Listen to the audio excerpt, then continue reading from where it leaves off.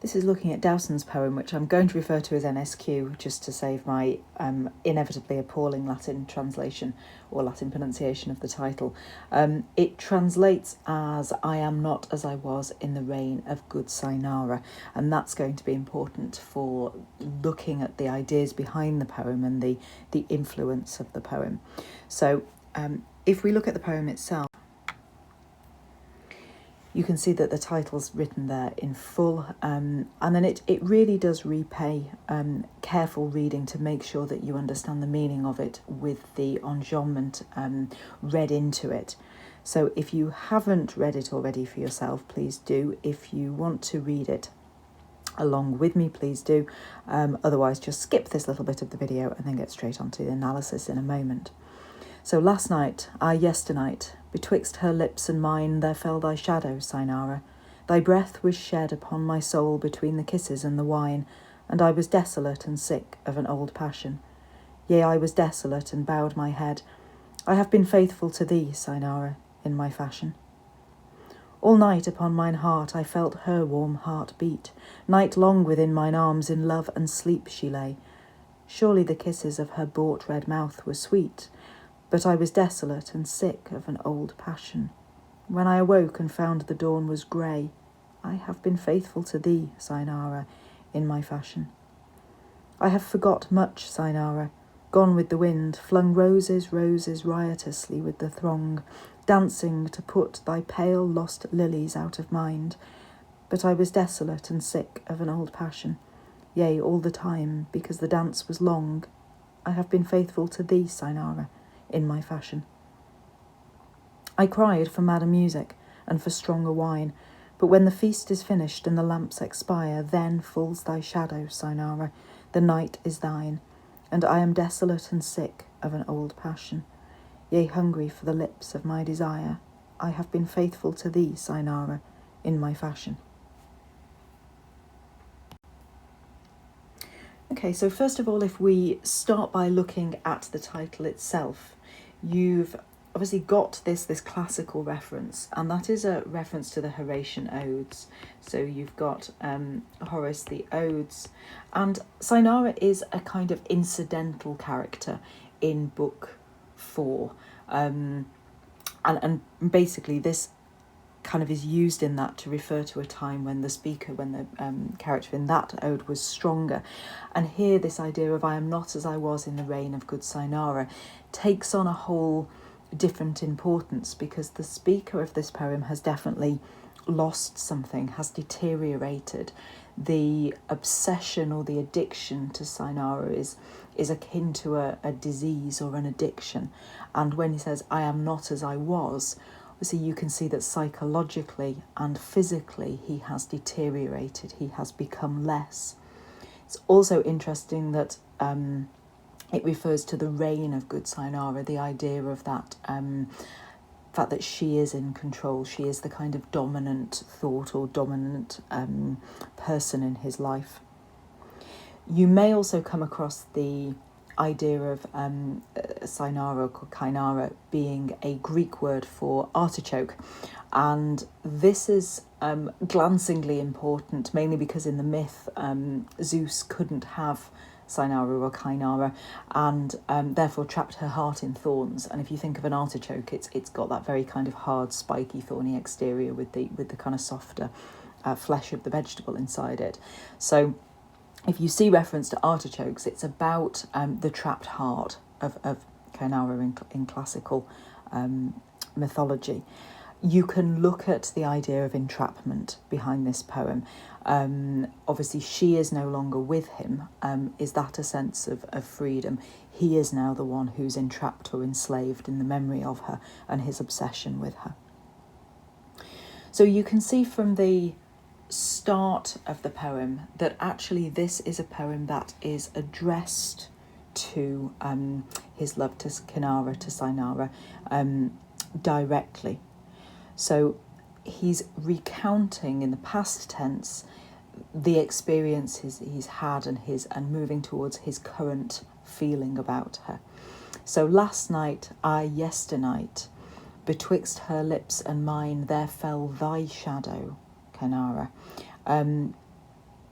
And you get this kind of, I suppose, the sigh, the lovesick, the ill, the kind of idea of the kind of voice being upset or emotional in the first line, kind of between those two commas, those caesura. And it instantly kind of gives this idea of weariness or passion in the first line. It's also slightly archaic. You've got the vocabulary, which is old-fashioned even for the time. So archaic is old-fashioned. So it is establishing this love as something which is almost kind of classical or historic or significant like that in its antecedents, in its history.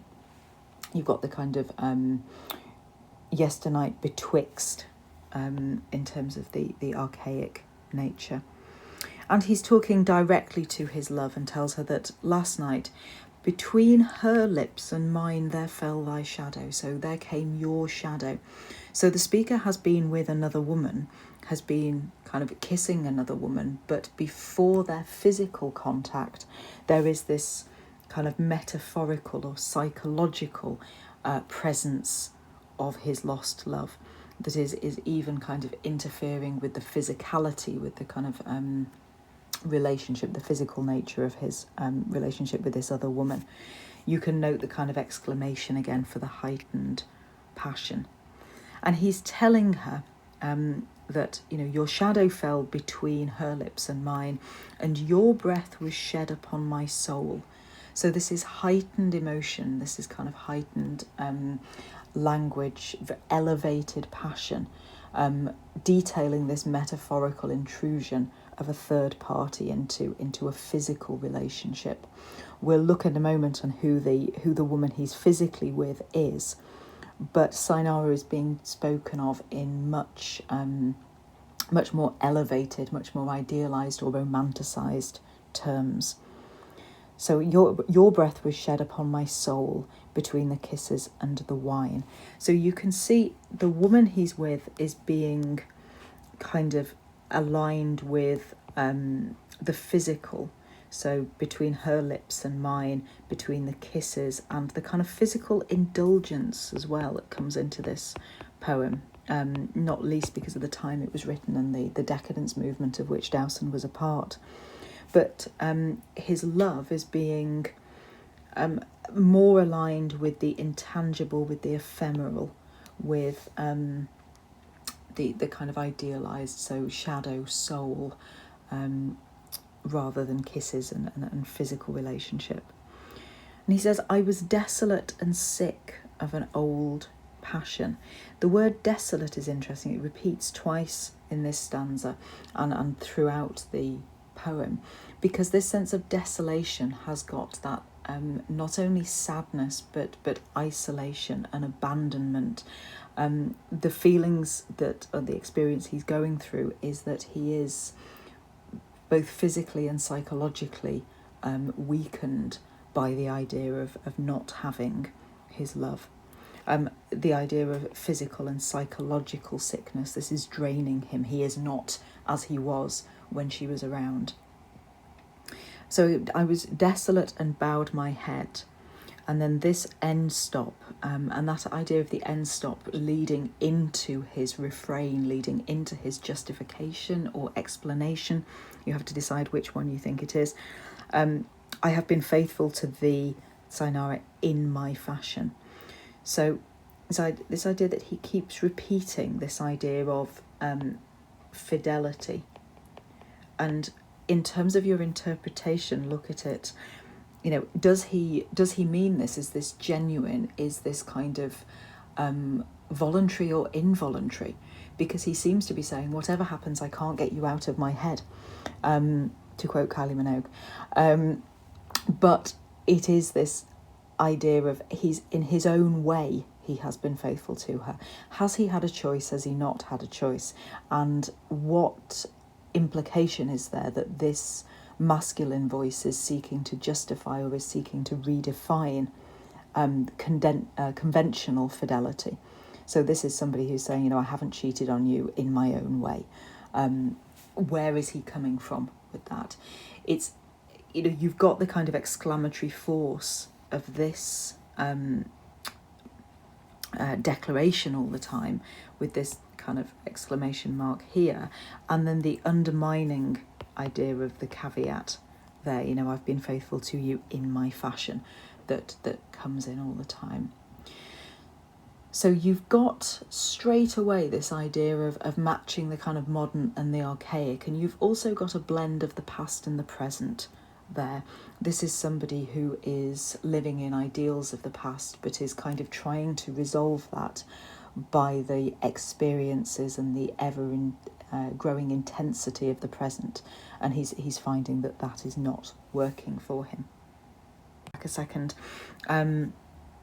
I'd argue that there is not a huge kind of point to be made, but I think there's probably some point to be made about this imagery and a potentially religious semantic field being established here. The idea of soul, wine in terms of communion, passion is a Catholic concept, bowing of the head. Just thinking whether or not there's that's worth mentioning if you're talking about intensity of feeling, or if you're talking about how he views this woman. So then we learn a little bit more about this encounter. So all night upon mine heart I felt her warm heart beat.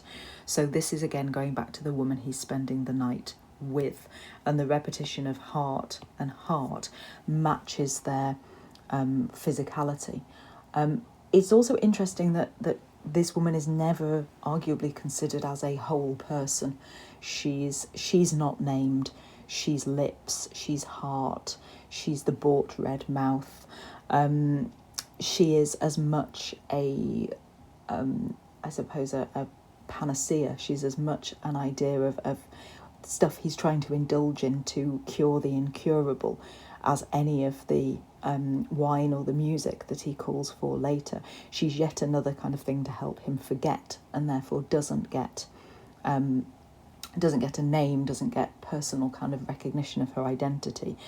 She gets the kind of intimate details, but it kind of subverts that idea of the blazon tradition almost, that idea of, listing the woman's body parts for celebration of them, or that kind of praise. It instead kind of, lists the elements of her in quite an anonymous way. She is the means to an end, almost. So, all night upon mine heart I felt her warm heart beat. Night long within mine arms in love and sleep she lay. So she's lying within his arms in love and in sleep. They seem to be referring to her, but his experience has been very different. There is an uncertainty in this line. Surely the kisses of her bought red mouth were sweet. He maybe can't remember. He assumes that must have been the case. This phrase has kind of heavy connotations of sort of prostitution to it, which would make sense later on in the poem when he's talking about the idea of calling for madder music and stronger wine. This is again something else to help him forget. It's also kind of different to the kind of spiritual idea of the woman he loves. Actually, talking about that the sensual idea, the kind of almost spirituality of Tanara, look at the first stanza. If we just... So differently, we move back to the woman he is spending the night with, and you can see that this is a different kind of frame of reference, really. And despite these three lines here, it comes back to, the but after that end stop. The last three lines are always going to tell us in this poem about his condition, about his state, about how unhappy he is. So it's that refrain repeated, I was desolate and sick of an old passion. It also comes kind of fairly centrally towards each stanza, so you can argue that structurally it's at the heart of what's going on in a way.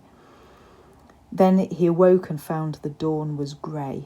So again, that kind of subversion and the idea that normally you would wake up to the brightness and optimism and new start of a new day, whereas actually the new day marks another day of his suffering after the hope that he can block out his love with the intensity of the experience of the night.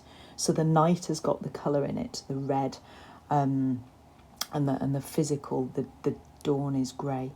And then they argue again, I have been faithful to thee, Cynara, in my fashion. So as the day goes on, the colours fade, it's kind of monochromatic. He can't find any respite, he can't find anything from this, from what he's doing, any rest from his love.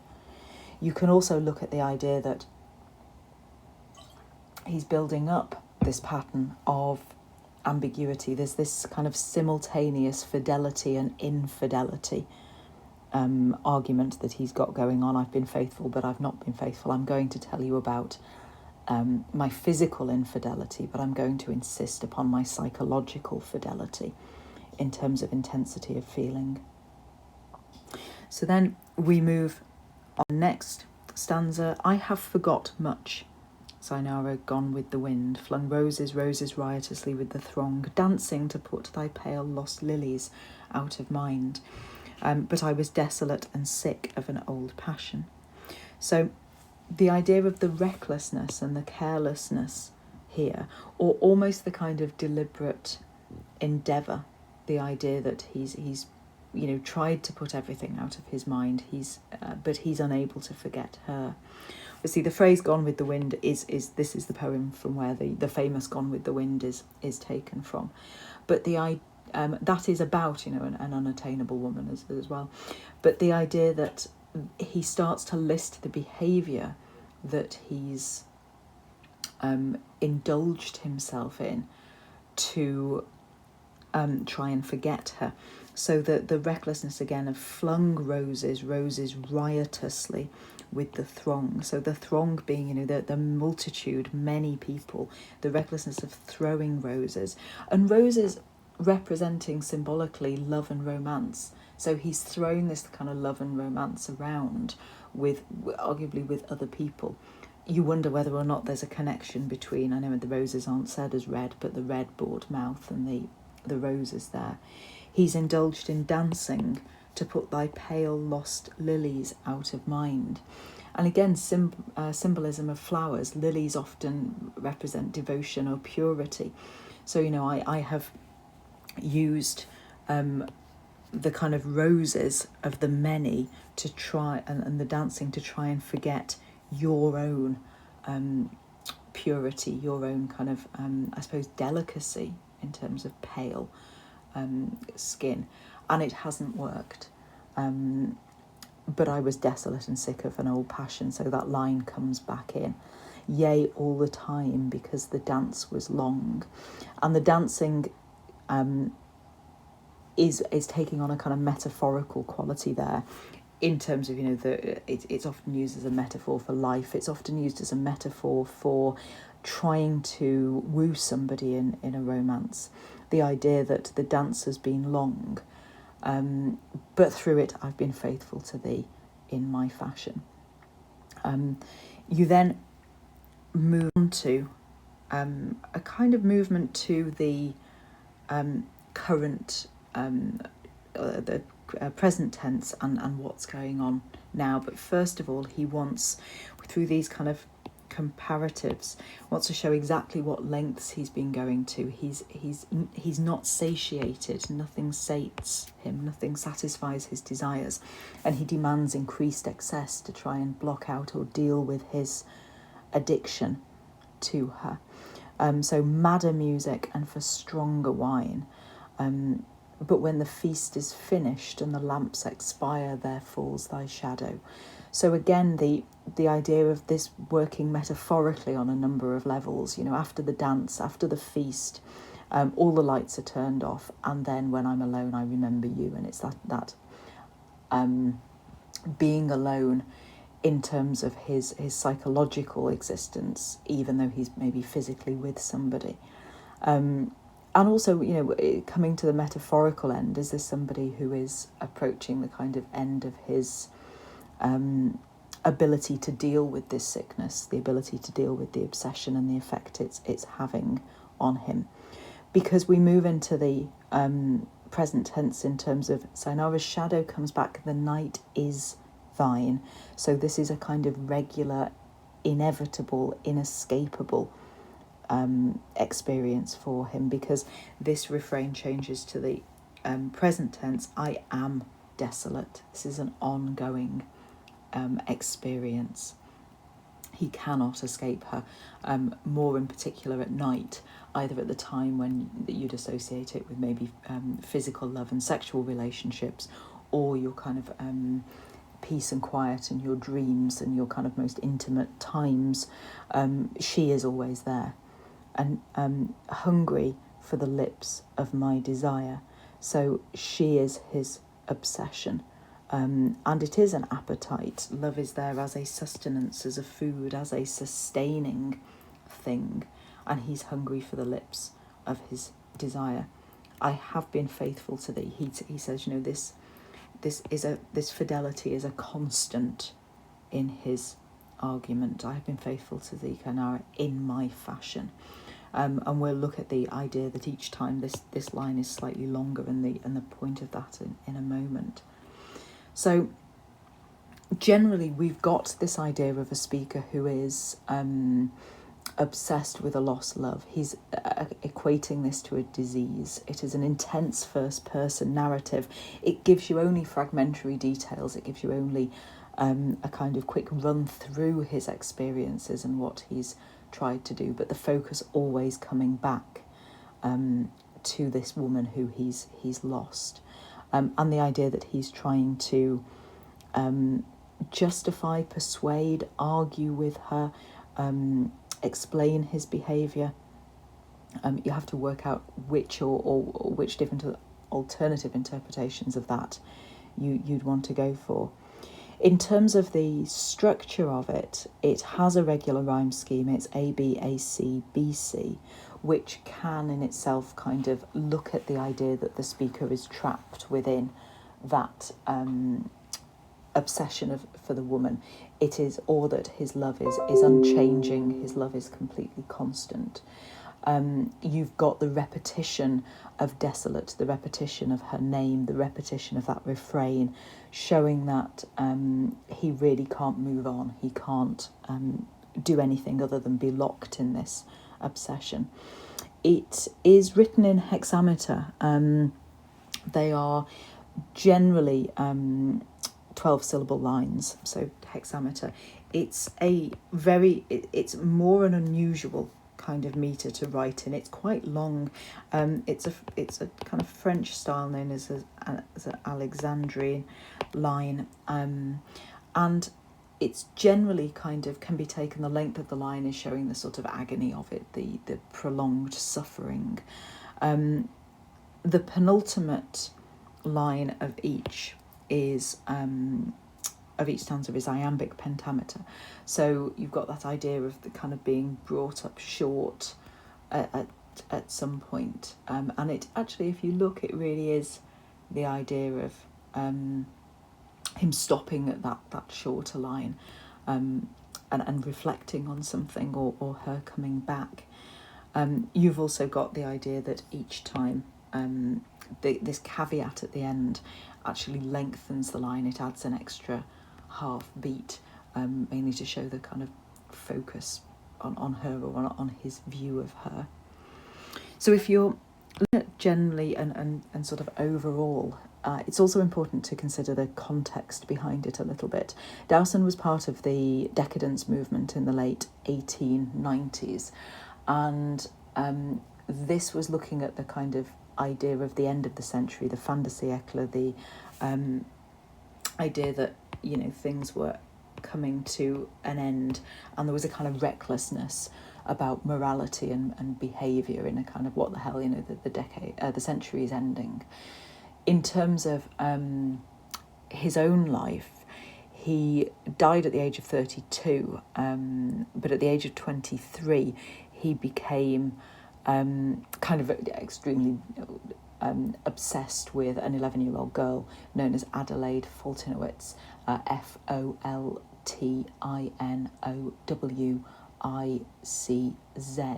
and he wanted to marry her. He wanted to marry this 11-year-old girl who was known as Missy. And obviously she declined his proposal. His parents said no, completely inappropriate. He was 23, she was 11. But it really did have a massive effect on him, the kind of loss of this, he would say woman, we would say child, and a lot of his poetry dealt with that kind of loss. He was also living a lifestyle of excessive drinking, seeing prostitutes, that general kind of decadent lifestyle.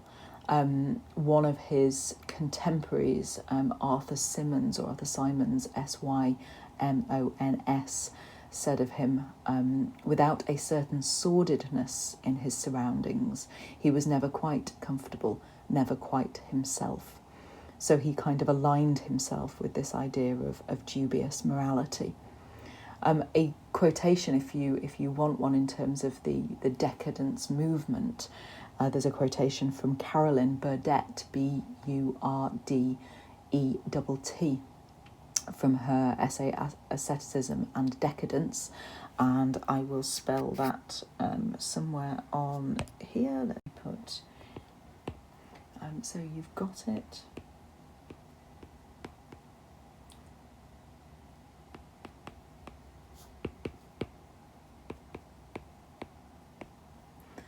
And Decadence, so this is Burdett, described the movement as the notion of intense refinement, the valuing of artificiality over nature, a position of ennui, or the valuing, ennui or boredom, rather than of moral earnestness or the valuing of hard work, an interest in perversity and paradox, and in transgressive modes of sexuality. And I think certainly the kind of Dowson was looking at that transgressive mode of sexuality in his desired relationship with Adelaide. So looking at this poem then in terms of what you could use it to illustrate, obviously there is the obsession, there is the intensity of feeling, there is everything that you can talk about in terms of those really, really strong feelings. You could also use it to look at lost love, regret, obsession. It has got, if you're comparing it to Gatsby, it's got several links with Gatsby in terms of idealised female. The idea that actually if you're looking at whether the loss of this woman is the cause of his debauchery or whether or not the loss of it is because of his debauchery, and how he's coping with it and what he's doing with it. Again, comparing this speaker to Gatsby in terms of his going back. There's no, I suppose there's no idea in this poem that he's actively trying to get her back. He's just mourning the loss of her. It depends on how much you think that refrain is trying to get her back. But hopefully that has made it useful. You can look at the caesura in the poem, look at where the end stop is, look at the patterns of imagery. I'd look at colours, I'd look at flowers, I'd look at the concept of desolation, sickness, disease, addiction, and also the kind of melodramatic nature of it. This is a speaker who is really kind of indulging himself in the whole idea of loss.